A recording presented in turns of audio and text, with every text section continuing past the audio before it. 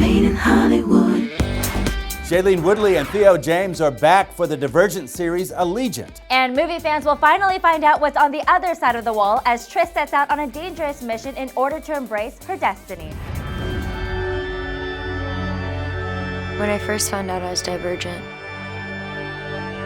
I never thought it would come to this. So I have to tell you that I think I've seen Insurgent probably like 100 times right now because it's playing on HBO.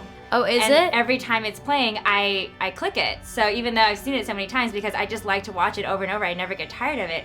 But the one scene that's my favorite is the scene where in Candor you are confessing what happened with Will. The truth serum. And it's just because it's such a touching scene. So what scene in Allegiant do you think will have that great of an impact on its audience? There's a scene where Tris gets to relive her mother's childhood in a way and her mother's progression on her path. And I think that that's touching because I think it'll entice people to think about their own lives and their own memories and those people who are important to them if there is anyone that they would like to jump in the shoes of and time travel backwards to witness what they went through.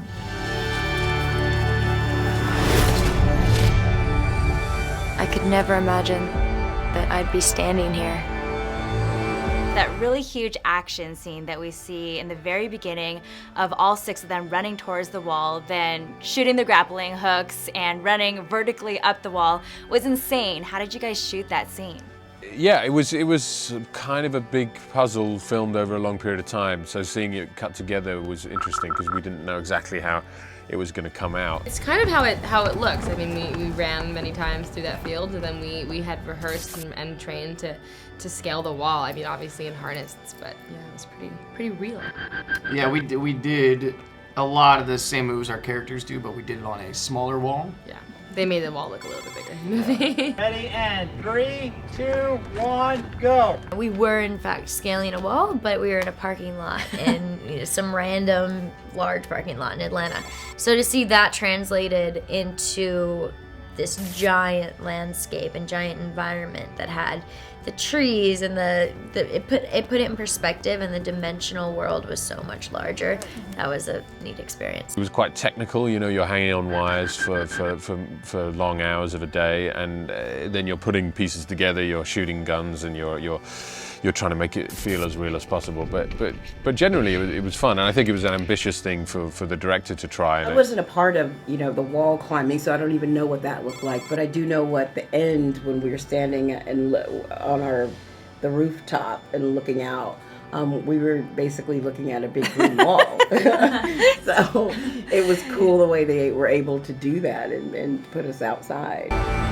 It's time to go beyond the wall.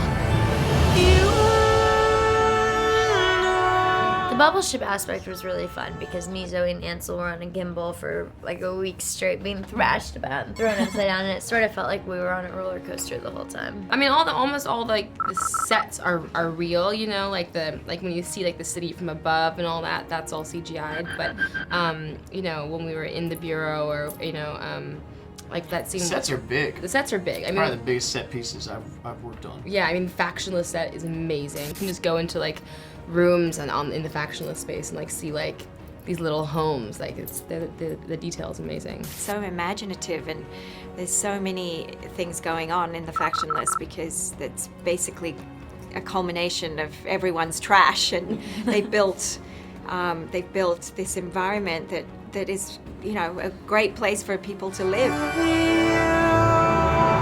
Tris, this is not the place that we thought it was. I think last year when I spoke to you, you said that you were a little nervous to step onto set because you came late to the game. Yes, relationships had that's already right. been formed. How did it feel now walking on this set? Oh, great. It's all cozy now. Last year she was like, I don't know who's going to be my friend. Who am I going to sit with? Like the new kid at school. Yeah. And everybody was like, sit with me. Right, exactly. Exactly. Yes. It's such a good team of people that just connects really well.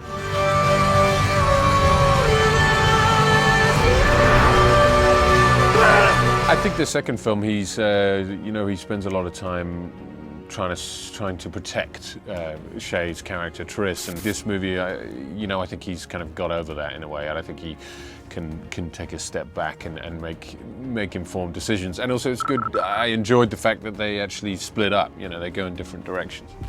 You were right all along. We have to leave. Right now. Where are we going? I love that in every movie we see like Tris in a different stage. In the first one, she was trying to figure her stuff out. The second one, she was guilty. Now it seems like she's just so confident and she knows what she wants. She knows what she has to do. That's a very good observation. I always found Tris in this last film to be someone who's finally found her confidence and is comfortable in her skin and still has the messiness of being an emotional being, but has the confidence to move forward and forge forward in a very directed way.